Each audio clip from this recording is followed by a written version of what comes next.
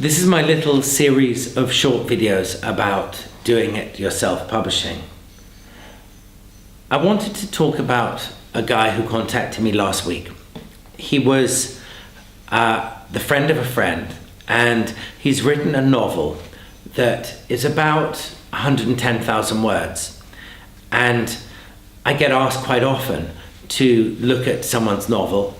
Sometimes, people email me out of the blue because they've liked something I've written and they ask for advice. And that's why I'm making this little series of videos, because very often I spend quite a lot of time replying to them, and I thought this is kind of an easier way to be doing it for them and certainly for me as well.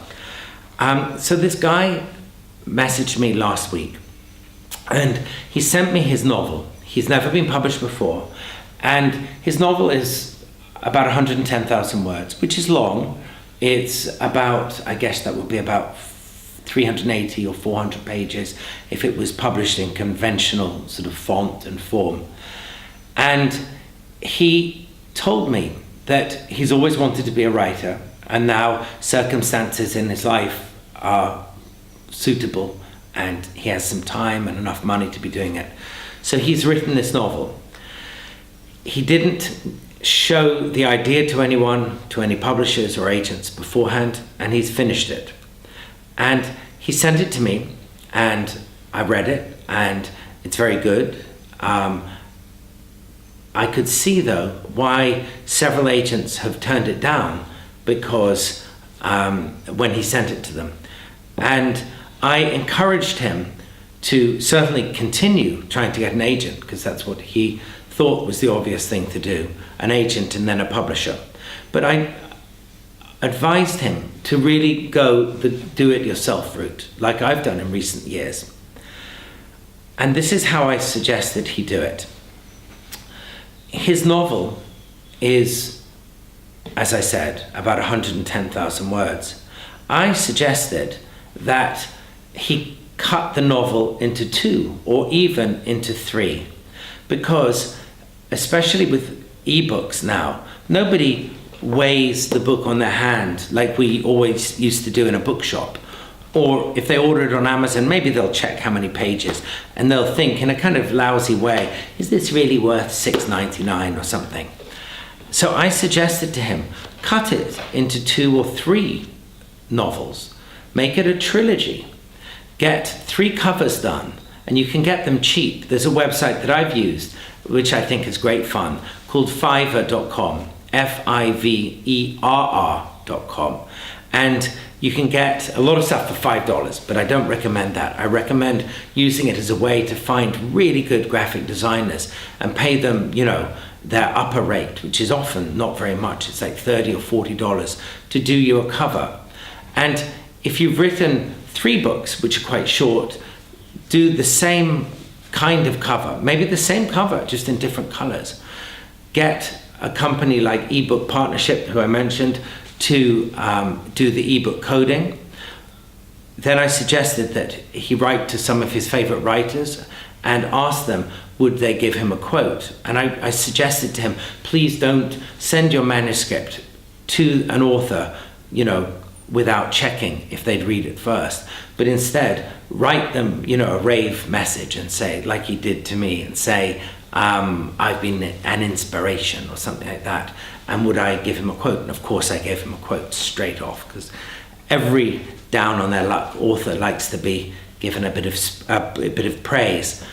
So when you have some quotes, what you can do, here I've got one of my books here, Paris Syndrome. You put the quotes on the back, you put them on the front, you put them in the inside. You kind of drum up a little bit of fanfare with the quotes.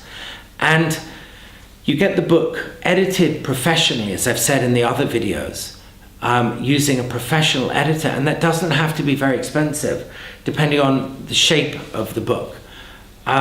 It can cost, £200, which is maybe $250, or a bit more, depending on how clean it is. Certainly get friends to look through as well, and friends can give ideas, things to put in, to take out.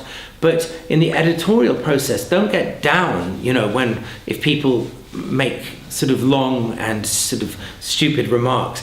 I take people's remarks with a pinch of salt, because if I'm publishing it myself, I kind of know what I want the book to be like. So when you've got it typeset, then you can get it put on print on demand on Amazon, or as I mentioned, on Lulu or Burp or Lightning Source.